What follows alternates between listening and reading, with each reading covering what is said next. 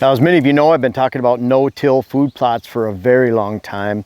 Started no-till plots the end of the 90s, early 2000s, and it's been a journey because, you know, I've gone from that tractor, 50-horse tractor, disc, tiller, box blade, PTO mounted broadcaster, cab, front end loader, brush hog, all the goodies and toys, cultipackers pulled behind that, big heavy cultipackers. And so I've gone that route, and I've gone back and forth with the no-till for a long time. And I really like that no-till balance where I don't have to use that heavy equipment. I don't have to burn fuel. I don't have to rip up the ground, dry out the soil, risk erosion and elevation change, which we have a lot of around here in Minnesota and Wisconsin. And I can really work on that top layer of soil and improve that over decades, and I can complete these rotations through there. And so I use rye all the time. I talk about it all the time. And one reason I really like rye, just aside from what we're doing today, is that rye hits a time period in the spring, even more than wheat. You know, winter wheat's the only other thing that does, the only other seed that does, where it actually provides some type of forage in the spring before spring green-up. Once spring green-up hits around here, don't fool yourself that anything you plant out here is going to be good for the deer. We're in ag country right here, as a lot of you are, and in ag country, there's far more food in the farmers' fields right here, in the surrounding fields, professionally manicured, high volume, than I could possibly place on this plot right here. And at the same time, if I'm jamming a bunch of deer in here in the summer, say on soybeans or something in this area, then I'm cramming deer into a high-stress situation. They'd rather spread out, find their own spot out in these ag fields. Deer, a lot of times we see them in herds because as hunters are hunting deer in the fall, we're pushing deer into areas that receive the least amount of hunting pressure. Deer unfortunately have to be bound together and they herd up because they're trying to hide from hunters. And so we see them during the hunting season a lot is in big herds. When you get in the summer, you can find deer in a lot of different fields. When we scatter our efforts around here, look for deer, they're in every field. Sure, bucks will bachelor up together. That's what they do during the summer. But for the most part, they're very separated. Fawning ground is very competitive and they like a little bit of space. So I'm looking at the opportunity for no-till and utilizing that rye. So back around 2010, 12, 13, 14, and you can even check out my food plot book from 2014, chapter 12 in there, which I started writing a year earlier, but I had already been planting a lot of no-till bean plots. And if you look up on Google, you just type in no-till soybean food plot, you'll see an article I wrote in 2014. It was originally written in 2012. And before that chapter that I manipulated and put into my food plot book. But great way, first off, you have this rye. You're waiting until you get into the June time frame. Really good time frame still for planting soybeans, even mid-June to late June. And that rye here will be 3 to 4 feet tall at that time. You spread the soybeans into the standing rye, and then you run it over the cultipacker. And now we have the knowledge, and I've been doing this for a couple of years, of actually spraying when I'm cultipacking. Typically what we do is use a 40-inch boom on the back of the ATV. I spread that right onto the Packer Max cultipacker, and then every other row I spray. That gives you your coverage. That's what we did last year with our ultimate no-till. So it really eliminated a step from just cultipacking and spraying at the same time instead of doing that separately. So it really saved us a lot of time, and I did that today. But other than that, it's the same thing that I've been doing for almost 10 years, where we're putting that soybean seed into the rye, running it over, get a great soybean field. So very, very easy to do. We've taken that a step further this year. And what's really nice about that is this rye competes with weeds. So as it goes, if you want to let it go a little bit and you want to establish that pattern of use for deer during the summertime on new food plots or in an area where you need to raise a deer herd, raise the deer population numbers, then it's a great way to put soybeans into the standing rye, smash the rye down over the soybeans using Roundup Ready beans. So now we can not only get a spraying, control weeds, rye's eliminating weeds, and we're constantly working on the efficiency of our plots by eliminating weeds and making sure that we're getting use of every square inch, because let's face it, not a lot of food plotters for deer have a lot of acres to work with. This is completely different than farming. Most farmers don't make great food plots, even if they can plant the plots. There's a different strategy involved, far different. Just like I've been food plotting since the mid-90s. I have food plot books, many articles, over 100 articles online, over 100 videos I've created, lots of different experimentation throughout the years, but I'm not a farmer. And I won't make any, I don't mind for that. I won't even apologize. I'm not a farmer. I never will be a farmer. I couldn't do what these professional farmers are out in the fields right here, right now, working around us. So great way to establish soybeans into standing rye, and just using a cultipacker, spraying at the same time. The spray is important because it helps deteriorate the rye, break it down, keep it laying down. And you can see right here, you know, we're into early July right now, and very easy to smash that down with a cultipacker, spread that soybean in there. And we've taken it a step further this year. This is a rye field. It was standing 5 feet tall at least. And a lot of you get into a point, and myself in the past, where all of a sudden we have this 5-foot rye. Time has gotten away from us. And what do? I want to plant my fall crops in, but we have the seed head right here. This is a viable seed head. There's seeds in there, right here. I just sprayed this, and I was out here, and naturally, like I do with wheat, I put it in my mouth, started chewing on it, and just thought, it's kind of stupid. So don't do what I do and start eating the rye. It's generally pretty good when it doesn't have glyphosate on it. So don't do that. But I started sprayed this field, but I first put in corn at about 25 pounds per acre. And then I mixed that with beans at about the same rate. Actually, a little bit higher on the beans. The reason for that is I want to see how this corn comes up for possible corn bean rotations in the future. The really cool thing about corn, we're using a 75-day corn, very short growing season. We just planted half our corn last Monday. So we got a lot of corn in late, end of July or end of June, and we'll have a viable corn crop and a good yield by using that short day corn. It's Roundup ready. In fact, it's ready for several chemicals. And then we have the Roundup ready soybeans. So we have that mix in here. And what's great about that is we have a little bit of broadleaf weed in here. We even have some clover down here I want to get rid of.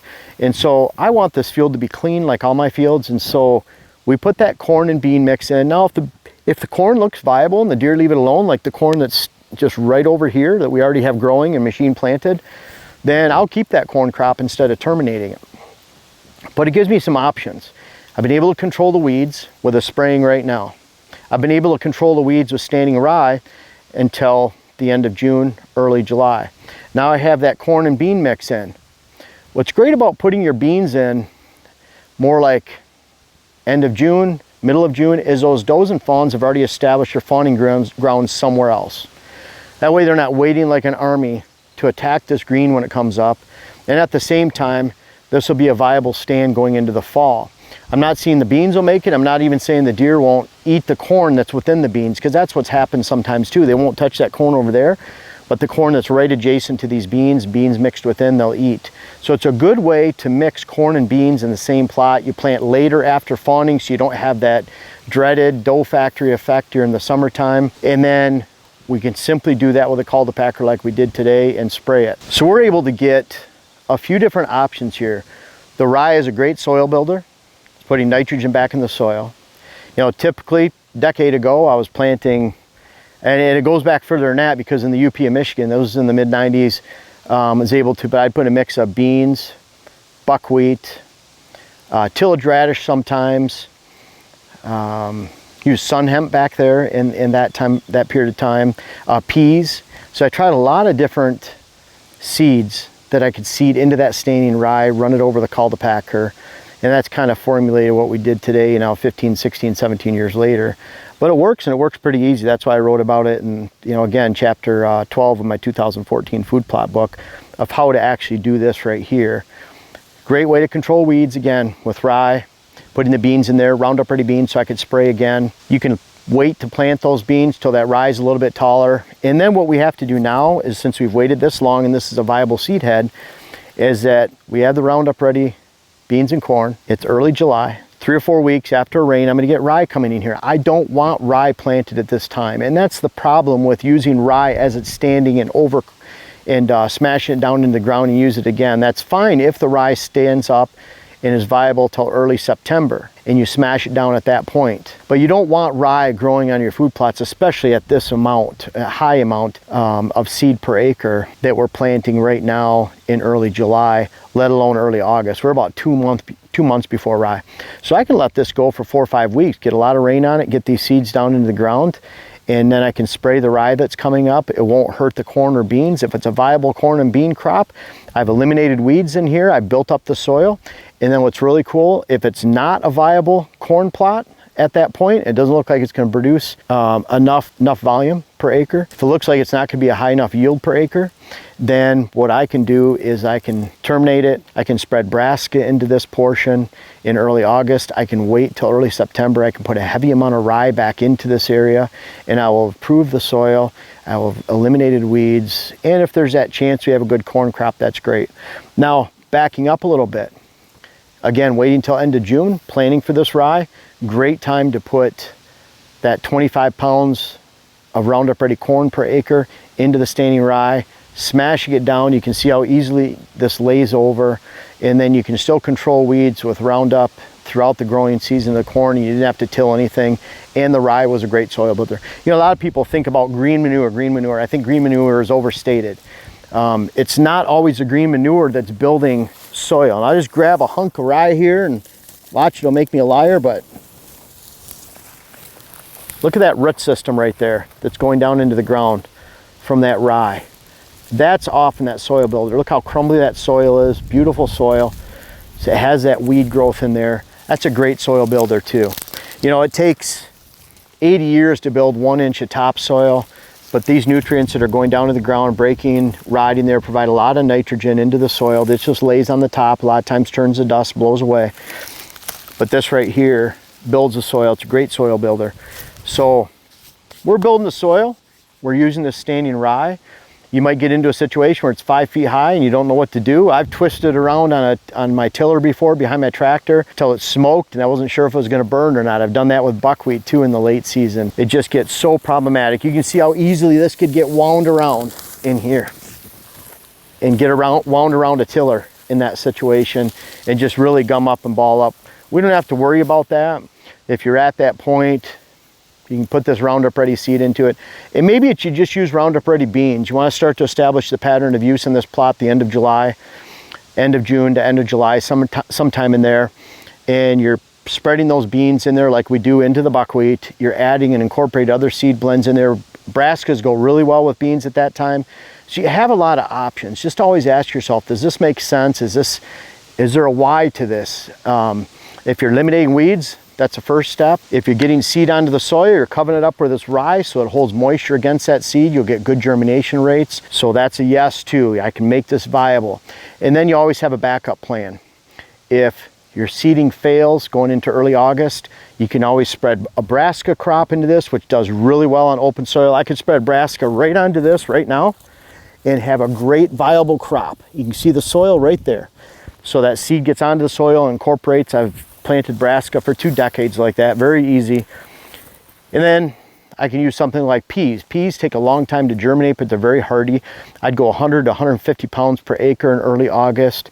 I can put 50 pounds of oats with that. I can top dress it with rye in early September. You don't want to put a heavy amount of rye, really any rye at all, in early August. You're waiting until September sometime, depending on if you're more southerly or northerly. You're looking at mid-September, or in north regions, early September to the end of August. And so I'm working on the soil, eliminating weeds, and there's a lot you can do to actually use that standing rye as it goes into the off season, as it goes into hunting season. Different timing with what you're doing, but this kind of brings me back to my roots right here of cultipacking this rye down and spraying it now at the same time, or following up with that spraying right away. But it can be a great way to utilize this rye. There's lots of options going forward. And I think if you use the standing rye going into this fall, and you're using rye this fall, you know, it's great. We have all these planting options for the next season. But bottom line, 50% of all my plots are in rye going into the spring. And what does that do? It gives the deer a green forage before spring green up. Those 2 to 4 weeks before spring green up, when this rye is green, even in a February thaw or January thaw where this rye pops right up, it's more cold tolerant than even winter wheat. There's more volume than winter wheat. That's why I like it too. But bottom line, it gives the deer some forage before spring green up. And once spring green up hits, it doesn't matter if it's northern Minnesota, Wisconsin, Michigan, upstate New York, Pennsylvania, big woods of Kentucky, deer have everything they need once spring green up hits. That's not the case in the arid Southwest, like Texas, Arizona, Oklahoma, but very, very small percentage of the whitetail country. So this applies to a lot of area. Give your deer some green in the spring, and at the same time, lots of different planting methods that you can incorporate. I talk about a lot of those in my 2014 food plot book, let alone all the strategies in the site. And I invite you to check out that article from 2014 that's out there on Google. If you just type in no-till soybean plots, it's well established. It'll come up in the middle of the page somewhere for you to click on and check out. And I encourage you to utilize rye. It's a great seed that grows and germinates in the worst soil conditions out of any seed that you can plant. It's the most pH tolerant, most cold weather tolerant. They've had it germinate down to 37 degrees soil temperature at Michigan State University. So it's a great seed to use in a variety of ways, and this is just one more way that we're using it this season for our hunting success and herd building success this fall. I'm excited to tell you guys about my latest web class. It's how to plant food plots, how to design your food plot program, and it covers everything. And really, there's 30 videos, over 10 hours, 11 hours of footage, workbook, hats, you know, all that stuff. On top of it, I urge you to check out the link. But I cover 5 main areas: critical food plot concepts, where to plant, how to create, what to plant, and finally how to plant. It takes you through that step by step so you can make your own decisions that apply to you and build a great high quality food plot program this year, whether you have decades of experience or no experience at all.